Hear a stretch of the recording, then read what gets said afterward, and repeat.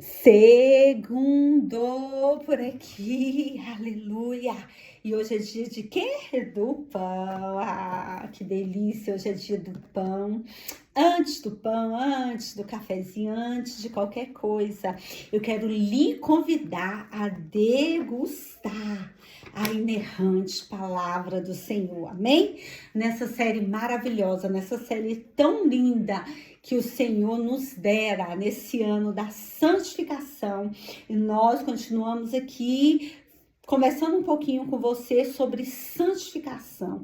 O que verdadeiramente é santificação? O que eu posso fazer para viver com Deus e viver uma vida de santidade ao Senhor? Hoje eu quero te entregar a quinta pérola, a quinta pérola dessa série maravilhosa, Santidade ao Senhor. E o texto áureo que nós vamos estar lendo hoje, o texto áureo se encontra em Gênesis, capítulo de número 3, versos 3, que diz assim: Mas Deus disse, palavras do nosso Senhor, não comam do fruto da árvore que está no meio do jardim, nem toque nele, do contrário, vocês morrerão.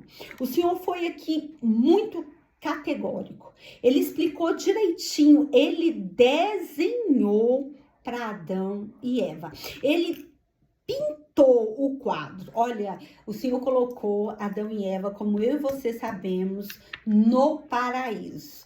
Naquele lugar de paraíso, eles tinham tudo que eles quisessem. O Senhor fez com que tivesse todo tipo de árvores, de planta e tudo para eles só administrar. E o Senhor fez só um pedido, ou seja, não me desobedeça, filho. Tudo aqui você pode fazer o que você quiser, menos essa árvore, porque se você comer, certamente você vai morrer. Sabe o que eu entendo aqui? Que o Senhor queria do homem só um relacionamento de obediência. E ele, infelizmente, não conseguiu se relacionar em obediência. Sabe o que eu entendo aqui em Gênesis capítulo 3, versos 3? Que santidade é obedecer a Deus. E eu entendo também que obediência é um princípio. E que quando eu quebro esse princípio me quebra. E quebrou Adão, quebrou Eva, e até hoje nós estamos vivendo essa quebra desse princípio.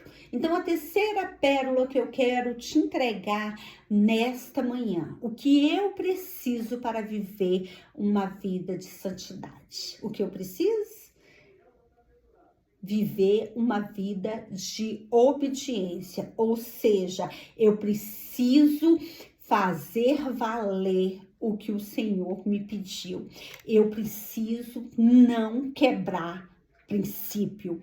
Eu preciso não quebrar, o melhor, o princípio por nome obedecer. Então, você quer viver uma vida de santidade, homem? Você quer viver uma vida de santidade, mulher? Viva em obediência. Viva em obediência ao seu Deus. Viva em obediência ao seu Pai. O pecado de Adão e Eva fez com que eles se separasse de Deus, perdesse a sua comunhão com Deus e perdesse a sua companhia. Diz a palavra que todos os dias, ao virar do dia, ou seja, no pôr do sol, quase chegando à noite, o Senhor ia ali se relacionar, o Senhor ia ali ter uma conversa diária, eles tinham uma companhia diária, eles tinham uma presença diária, eles tinham uma visita, uma visitação diária com o seu Criador. Mas quando eles resolvem desobedecer, eles destroem a sua comunhão e leva para longe o seu Criador. Muitas pessoas estão redondamente enganadas, estão redondamente erradas em relação à santidade, à santificação.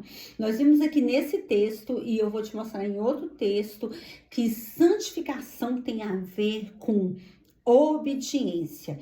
Quando eu obedeço a voz do meu Criador, quando eu obedeço o princípio do meu Criador, o princípio da obediência, eu vivo uma vida de santidade. E isso é tão verdade que em Êxodo, capítulo de número 20, nós vimos o Senhor dizer: não matarás, ou seja, me obedeça, não mate, não matarás, não roubarás, não furtarás, não adulterarás, não cobiçará a mulher do próximo.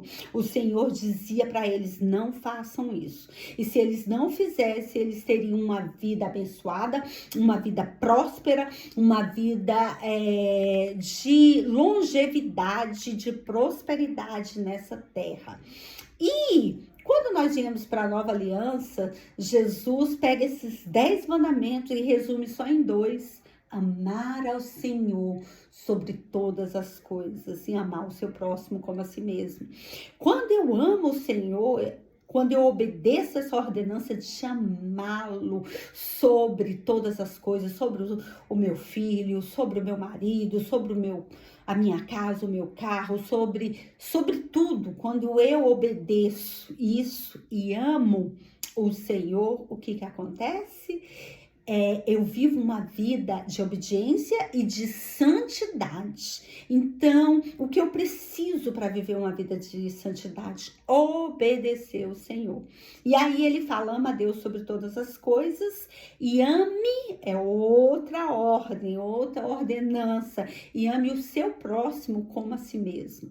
Então, quando eu amo o meu próximo como a si mesmo, eu cumpro todos os 10 mandamentos, porque quando eu amo o meu próximo, eu não cobiço as coisas dele. Quando eu amo de verdade o meu próximo, eu não mato ele. E quantas pessoas se dizem ser santas e matam com a língua? A palavra do Senhor é categórica lá em Provérbios para dizer: 6 coisas o Senhor aborrece, fica aborrecido, mas a 7ª o Senhor abomina. E o que Deus abomina, pastora Célia? Aqueles que semeiam contenda, fofoca, confusão com seus irmãos. Esse o Senhor não só aborrece, ele abomina. Então, santidade é bem diferente do que você pensa. Quando eu aceitei a Jesus, ele me recebeu. Quando o Senhor me recebeu, quando eu o conheci, eu fui congregar na Assembleia de Deus. E lá, a doutrina do homem nos ensina a usar saia comprida na época, não usar maquiagem, não usar unha pintada. Naquela época, na minha época, há 30 anos atrás, era assim. E tem denominação que ainda é, mas enfim, eles ensinavam isso como uma doutrina de santidade. E isso não é santidade, isso é uma doutrina humana, uma doutrina de usos e costume. A santidade, nesse texto que eu estou dizendo hoje, nessa 5ª pérola que eu estou ministrando, é obedecer. Quando Adão e Eva deixaram de obedecer, eles pecaram. E quando eles pecaram, ele quebrou o princípio da obediência. E aí ele parou de viver uma vida de santificação. Ei, santificação não é ter cara fechada. Santificação não é nunca fazer uma brincadeira, contar uma piada. Isso não é santificação. Gozar da vida, da alegria da vida, namorar, fazer amor com a sua esposa, fazer amor com seu esposo, isso é também santidade ao Senhor. Tem pessoas que se bloqueiam e acham que não pode sentir alegria, não pode sentir prazer.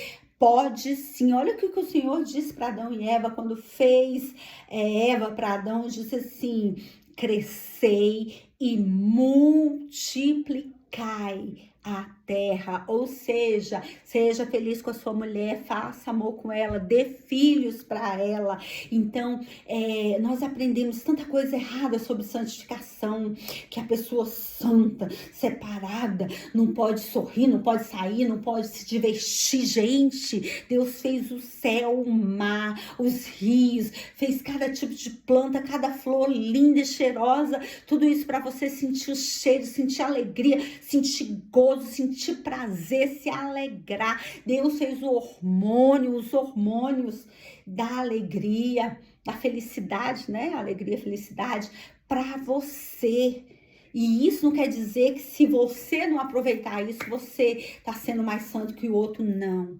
Deus te convida a viver uma vida de relacionamento, de comunhão, de comungar com Ele. E isso traz o quê? Santidade. Santidade está em quê? Em obedecer.